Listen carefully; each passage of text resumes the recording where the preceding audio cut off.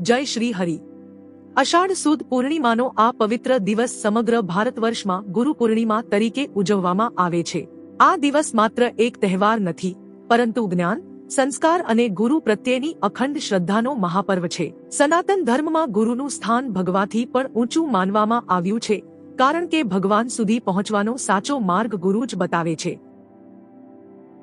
તેથી જ આપણા શાસ્ત્રોમાં કહેવામાં આવ્યું છે, ગુરુ બ્રહ્મા, ગુરુ વિષ્ણુ, ગુરુ દેવો મહેશ્વર, ગુરુ સાક્ષાત પરબ્રહ્મ તસ્મૈ શ્રી ગુરવે નમઃ। પરંતુ શું તમે જાણો છો કે ગુરુ પૂર્ણિમા શા માટે ઉજવવામાં આવે છે? આ દિવસને વ્યાસ પૂર્ણિમા કેમ કહેવામાં આવે છે? કોણ હતા મહર્ષિ વેદવ્યાસજી અને તેમણે સમગ્ર માનવજાતિને એવું શું અમૂલ્ય દાન આપ્યું કે હજારો વર્ષો પછી પણ વિશ્વ તેમને પ્રથમ ગુરુ તરીકે વંદન કરે છે? ચાલો આજે જાણીએ આ દિવ્ય અને પૌરાણિક કથા। ઘણા વર્ષો પહેલા મહાન તપસ્વી મહર્ષિ પરાશર ઘોર તપ પૂર્ણ કરીને એક પવિત્ર નદીના કિનારે પહોંચ્યા। નદી પાર કરવા માટે તેઓ નાવની રાહ જોઈ રહ્યા હતા। તે સમયે ત્યાં એક સુંદર પરંતુ અત્યંત સાદગીભરી યુવતી નાવ લઈને આવી। તેનું નામ હતું મત્સ્યગંધા। તે પોતાના પિતા માટે નાવ ચલાવી યાત્રીઓને નદી પાર ઉતારતી હતી। મહર્ષિ પરાશરે તેની અંદર રહેલી દિવ્ય તેજસ્વીતાને ઓળખી લીધી। પોતાના તપોબળથી તેમણે મત્સ્યગંધાના શરીરમાંથી આવતી માછલીની ગંધ દૂર કરી અને તેના સ્થાને દિવ્ય સુગંધ પ્રગટ કરી। ત્યારથી તે સત્યવતી તરીકે પ્રસિદ્ધ થઈ। સમય આવતા અષાઢ સુદ પૂર્ણિમાના પવિત્ર દિવસે નદીના મધ્યમાં આવેલા એક દ્વીપ પર એક દિવ્ય પુત્રનો જન્મ થયો। જન્મની ક્ષણથી જ સમગ્ર વાતાવરણ અલૌકિક બની ગયું। દેવતાઓએ આકાશમાંથી પુષ્પવર્ષા કરી, પવિત્ર પવન વહેવા લાગ્યો અને ઋષિમુનિઓએ અનુભવ્યું કે ધરતી પર એક મહાન આત્માનો અવતાર થયો છે। શ્યામ વર્ણના હોવાથી તેમનું નામ કૃષ્ણ રાખવામાં આવ્યું અને દ્વીપ પર જન્મેલા હોવાથી તેઓ કૃષ્ણ દ્વૈપાયન તરીકે ઓળખાયા। આગળ જતા સમગ્ર વિશ્વ તેમને મહર્ષિ વેદવ્યાસ તરીકે ઓળખવા લાગ્યું। બાળપણથી જ વેદવ્યાસજી અત્યંત તેજસ્વી, વિવેકી અને જિજ્ઞાસુ હતા। તેમના હૃદયમાં માત્ર એક જ ઈચ્છા હતી, પરમાત્માના દર્શન કરવા અને સત્યનું જ્ઞાન પ્રાપ્ત કરવું। એક દિવસ તેમણે પોતાની માતા સત્યવતી સમક્ષ આ ઈચ્છા વ્યક્ત કરી। માતાએ પ્રેમથી સમજાવ્યું કે પરમજ્ઞાન સહેલાઈથી પ્રાપ્ત થતું નથી, તેના માટે કઠોર તપસ્યા, સંયમ અને અડગ શ્રદ્ધા જરૂરી છે। વેદવ્યાસજીએ દૃઢ સંકલ્પ કર્યો કે તેઓ જીવનનું દરેક સુખ ત્યજીને પરમસત્યની શોધ કરશે। માતાના આશીર્વાદ લઈને તેઓ એકલા જ ઘનઘોર જંગલ તરફ નીકળી પડ્યા।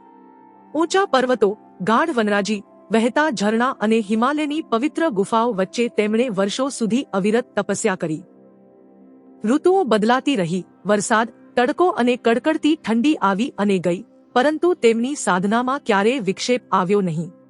તેમની અડગ ભક્તિ અને કઠોર તપથી સમગ્ર પ્રકૃતિ પણ મંત્રમુગ્ધ બની ગઈ। અંતે તેમની સાધનાથી પ્રસન્ન થઈને પરમાત્માએ તેમને અદ્વિતીય જ્ઞાન, દિવ્ય દૃષ્ટિ અને વેદોના ગૂઢ રહસ્યોનો અનુભવ કરાવ્યો। આ જ ક્ષણથી મહર્ષિ વેદવ્યાસજીનું જીવન માત્ર એક ઋષિનું નહીં, પરંતુ સમગ્ર માનવજાતિના ભવિષ્યને પ્રકાશિત કરનાર પ્રથમ મહાન ગુરુ તરીકે શરૂ થયું। ઘોર તપસ્યાના પ્રભાવથી મહર્ષિ વેદવ્યાસજીને દિવ્ય જ્ઞાનની પ્રાપ્તિ થઈ।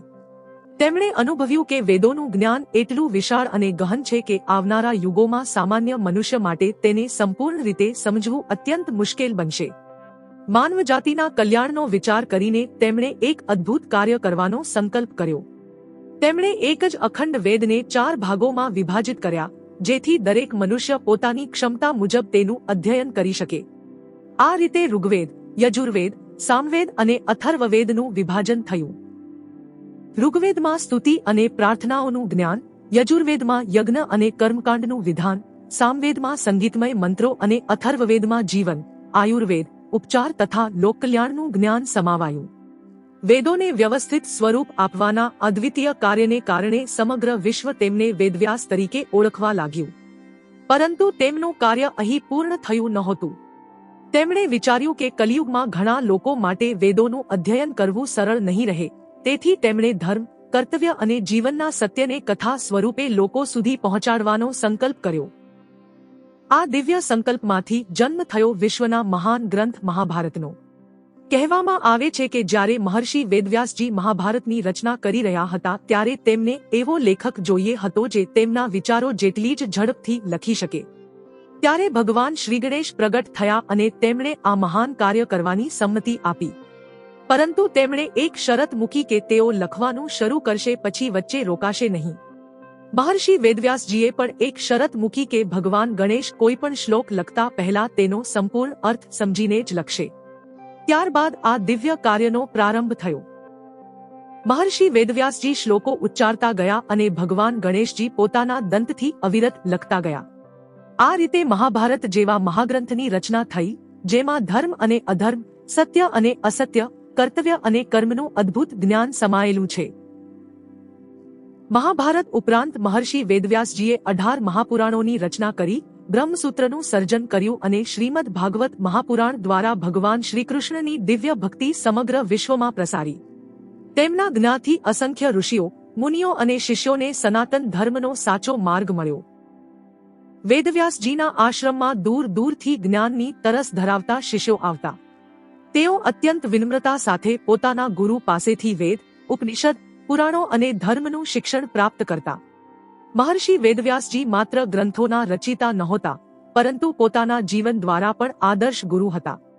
તેઓ દરેક શિષ્યને માત્ર શાસ્ત્રોનું જ નહીં પરંતુ સદાચાર, કરુણા, વિનમ્રતા અને સત્યના માર્ગ પર ચાલવાનું પણ શીખવતા. તેમના દિવ્ય જ્ઞાનથી સમગ્ર ભારતવર્ષ પ્રકાશિત થયું. તેથી જ અષાઢ સુદ પૂર્ણિમાના પવિત્ર દિવસે તેમના શિષ્યોએ પ્રથમ વખત પોતાના ગુરુનું પૂજન કર્યું, તેમના ચરણોમાં પુષ્પ અર્પણ કર્યા અને આશીર્વાદ પ્રાપ્ત કર્યા. ત્યારથી આ પવિત્ર દિવસ વ્યાસ પૂર્ણિમા અને ગુરુ પૂર્ણિમા તરીકે ઉજવવાની પરંપરા શરૂ થઈ. આજે પણ કરોડો લોકો આ દિવસે મહર્ષિ વેદવ્યાસજીને પ્રથમ ગુરુ તરીકે વંદન કરે છે અને પોતાના જીવનમાં જ્ઞાનનો પ્રકાશ ફેલાવનાર દરેક ગુરુને કૃતજ્ઞતાપૂર્વક નમન કરે છે. કારણ કે સત્ય એ જ છે કે ગુરુ વિના જ્ઞાન અધૂરું છે અને જ્ઞાન વિના જીવનનો સાચો માર્ગ ક્યારેય મળી શકતો નથી. સમય પસાર થતો ગયો, પરંતુ મહર્ષિ વેદવ્યાસજી દ્વારા પ્રગટ કરાયેલું જ્ઞાન યુગો સુધી સમગ્ર વિશ્વમાં પ્રકાશ ફેલાવતું રહ્યું. સદીઓ પછી બંગાળની પવિત્ર ભૂમિ પર એક મહાન સંતનો અવતાર થયો, જેમનું નામ હતું શ્રી રામકૃષ્ણ પરમહંસ. તેઓ પોતાના સરળ સ્વભાવ, અદ્ભુત આધ્યાત્મિક અનુભવો અને માતા કાળી પ્રત્યેની અખંડ ભક્તિ માટે સમગ્ર ભારતવર્ષમાં પ્રસિદ્ધ હતા. તેમની પાસે દૂર દૂરથી લોકો આત્મજ્ઞાન મેળવવા આવતા અને અસંખ્ય શિષ્યો તેમના ચરણોમાં રહીને જીવનનું સાચું જ્ઞાન પ્રાપ્ત કરતા. એક દિવસ તેમના એક શિષ્ય ધર્મનો ઉપદેશ આપવા માટે નજીકના ગામમાં ગયા. ત્યાં તેમણે ભેગા થયેલા લોકોને સમજાવ્યું કે જીવનમાં સાચા ગુરુનું સ્થાન સર્વોચ્ચ છે. ગુરુ વિના જ્ઞાન પૂર્ણ થઈ શકતું નથી અને સાચા માર્ગદર્શક વિના મનુષ્ય ઘણીવાર ભટકી જાય છે. ત્યાં હાજર એક યુવાન આ વાત સાંભળીને હસવા લાગ્યો. તેણે ગર્વથી કહ્યું કે મેં કોઈ ગુરુ બનાવ્યા વગર જ ઘણું જ્ઞાન મેળવી લીધું છે. મને કોઈ ગુરુની જરૂર નથી. હું મારા પોતાના બુદ્ધિબળથી જીવનમાં આગળ વધી શકું છું.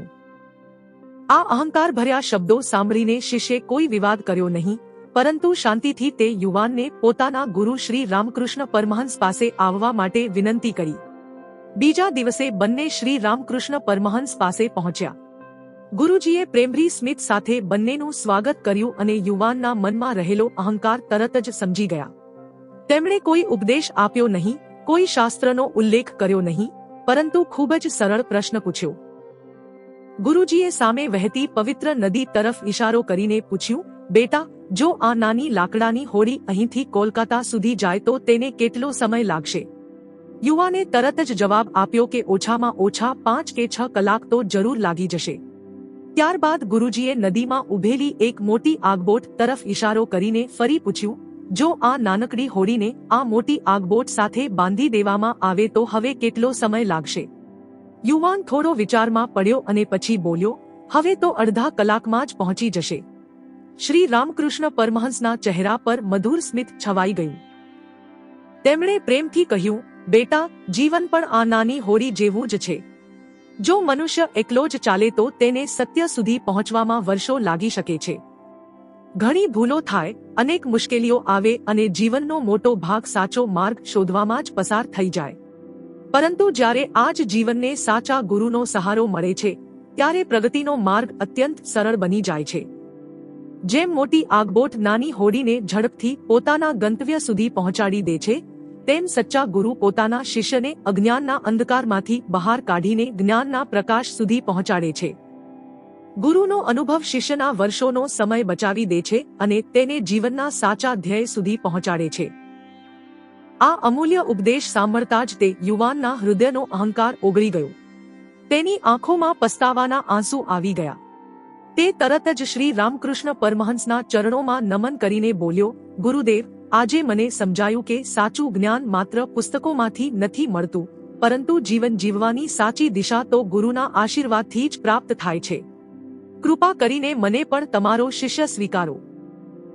શ્રી રામકૃષ્ણ પરમહંસે પ્રેમથી તેને ઊભો કર્યો, આશીર્વાદ આપ્યા અને કહ્યું કે વિનમ્રતા એ જ જ્ઞાનનો પ્રથમ દરવાજો છે. જે ક્ષણે અહંકાર દૂર થાય છે, તે જ ક્ષણથી સાચી વિદ્યાની શરૂઆત થાય છે. શ્રી રામકૃષ્ણ પરમહંસના આ દિવ્ય ઉપદેશમાંથી આપણને સમજાય છે કે ગુરુ માત્ર જ્ઞાન આપનાર વ્યક્તિ નથી, પરંતુ જીવનને સાચી દિશા બતાવનાર દિવ્ય પ્રકાશ છે. તેથી જ સનાતન ધર્મમાં અષાઢ સુદ પૂર્ણિમાનો આ પવિત્ર દિવસ ગુરુ પૂર્ણિમા તરીકે ઉજવવામાં આવે છે. આ દિવસે વહેલી સવારે પવિત્ર સ્નાન કરીને ભગવાન શ્રીહરિનું સ્મરણ કરવું, મહર્ષિ વેદવ્યાસજીને વંદન કરવું અને પોતાના ગુરુના ચરણોમાં શ્રદ્ધા અને કૃતજ્ઞતાના પુષ્પ અર્પણ કરવા જોઈએ. જો આપણા જીવનમાં કોઈ આધ્યાત્મિક ગુરુ, શિક્ષક, માતા પિતા અથવા જ્ઞાનનો માર્ગ બતાવનાર વ્યક્તિ હોય તો તેમના આશીર્વાદ અવશ્ય લેવા જોઈએ. શાસ્ત્રોમાં જણાવવામાં આવ્યું છે કે ગુરુના આશીર્વાદ વિના જીવનમાં સાચી સફળતા અને આત્મજ્ઞાન પ્રાપ્ત કરવું અત્યંત કઠિન છે. આ દિવસે યથાશક્તિ દાન કરવું, ગરીબો અને જરૂરિયાતમંદોની સેવા કરવી, પીળા અથવા સ્વચ્છ વસ્ત્રો ધારણ કરવા, ભગવાન વિષ્ણુ તથા મહર્ષિ વેદવ્યાસજીનું પૂજન કરવું અને ધર્મગ્રંથોનું પાઠ કરવું વિશેષ પુણ્યદાયક માનવામાં આવે છે. પરંતુ ગુરુ પૂર્ણિમાની સાચી ઉજવણી માત્ર ફૂલો ચઢાવવામાં કે ભેટ અર્પણ કરવામાં નથી, પરંતુ ગુરુએ બતાવેલા સત્ય, ધર્મ, કરુણા, સદાચાર અને ભક્તિના માર્ગ પર ચાલવામાં છે. જીવનમાં સૌપ્રથમ ગુરુ માતા હોય છે, જે આપણને બોલતા, ચાલતા અને સંસ્કાર શીખવે છે. ત્યારબાદ પિતા જીવનની જવાબદારીઓ સમજાવે છે, શિક્ષક આપણને શિક્ષણ અને વિવેક આપે છે અને અંતે સદ્ગુરુ આત્માને પરમાત્મા સાથે જોડવાનો માર્ગ બતાવે છે. તેથી આપણા જીવનમાં જે કોઈએ પણ આપણને સાચું જ્ઞાન આપ્યું હોય, તે દરેક વ્યક્તિ ગુરુ સમાન વંદનીય છે. મહર્ષિ વેદવ્યાસજીનું સમગ્ર જીવન આપણને શીખવે છે કે જ્ઞાનનો ઉપયોગ માત્ર પોતાના માટે નહીં, પરંતુ સમગ્ર સમાજ અને માનવજાતિના કલ્યાણ માટે કરવો જોઈએ. તેમણે 4 વેદોનું વિભાજન કર્યું, મહાભારત, 18 મહાપુરાણો અને અનેક દિવ્ય ગ્રંથોની રચના કરીને સનાતન ધર્મનો પ્રકાશ યુગો સુધી પ્રગટ રાખ્યો. આજે હજારો વર્ષો પછી પણ તેમના દ્વારા આપવામાં આવેલું જ્ઞાન કરોડો લોકોના જીવનને પ્રકાશિત કરી રહ્યું છે.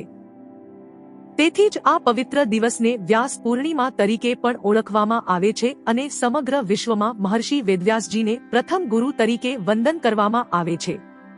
આવો, આ ગુરુ પૂર્ણિમાના પવિત્ર અવસરે આપણે પણ સંકલ્પ કરીએ કે જીવનમાં ક્યારે અહંકારને સ્થાન નહીં આપીએ, હંમેશા સત્યના માર્ગ પર ચાલશું, પોતાના ગુરુ, માતા પિતા અને શિક્ષકોનું સન્માન કરીશું અને તેમના આશીર્વાદને જીવનની સૌથી મોટી સંપત્તિ માનશું. કારણ કે ગુરુ જ જીવનના અંધકારને દૂર કરીને જ્ઞાનનો દિવ્ય પ્રકાશ પ્રગટાવે છે. અંતમાં ફરી એકવાર મહર્ષિ વેદવ્યાસજી, આપણા તમામ પૂજ્ય ગુરુજનો અને જ્ઞાનના પ્રકાશને હૃદયપૂર્વક નમન કરીએ. જો તમને ગુરુ પૂર્ણિમાની આ પૌરાણિક કથા અને ગુરુના મહિમાની આ દિવ્ય ગાથા પસંદ આવી હોય તો વિડીયોને અવશ્ય પસંદ કરો, તમારા પરિવાર અને મિત્રોને શેર કરો જેથી તેઓ પણ આ પવિત્ર જ્ઞાનનો લાભ મેળવી શકે અને સનાતન ધર્મની આવી જ સાચી પૌરાણિક કથાઓ, વ્રતકથાઓ અને ભક્તિમય વિડીયો જોવા માટે અમારી ચેનલ મોરલ વર્તા ટીવીને સબસ્ક્રાઇબ કરવાનું અને બેલ આઇકન દબાવવાનું ભૂલશો નહીં. ભગવાન શ્રીહરિ, મહર્ષિ વેદવ્યાસજી અને તમારા તમામ પૂજ્ય ગુરુજનોના આશીર્વાદ સદા તમારા અને તમારા પરિવાર પર વરસતા રહે. જય શ્રી હરિ. જય ગુરુદેવ.